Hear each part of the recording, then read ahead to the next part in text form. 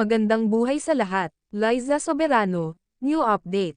May bagong ganap, ang dalaga, sa Los Angeles, California. Nakasama niya dito, ang iba't ibang personalidad. Ang Nomi Network Team, Diana Maus, Larry Amino, and Sue Amino. And also, Brandon Saito, and Mr. John Tanaka. Ayon pa, kay Liza Soberano, this was not just a weekend, this was a beginning. Yung attire dito, ni Liza, ay sobrang simple, pero litaw na litaw pa din, ang kagandahan, ng dalaga. At nagpasalamat din, si Liza Soberano, sa kanyang sariling team, na sina, Kimi Tsunami, Jude Lagman, Alejandro, Nate Asorno, Gels, Winter Fate, Hello Sene, Stephen Kim, at Studio Hope, Official.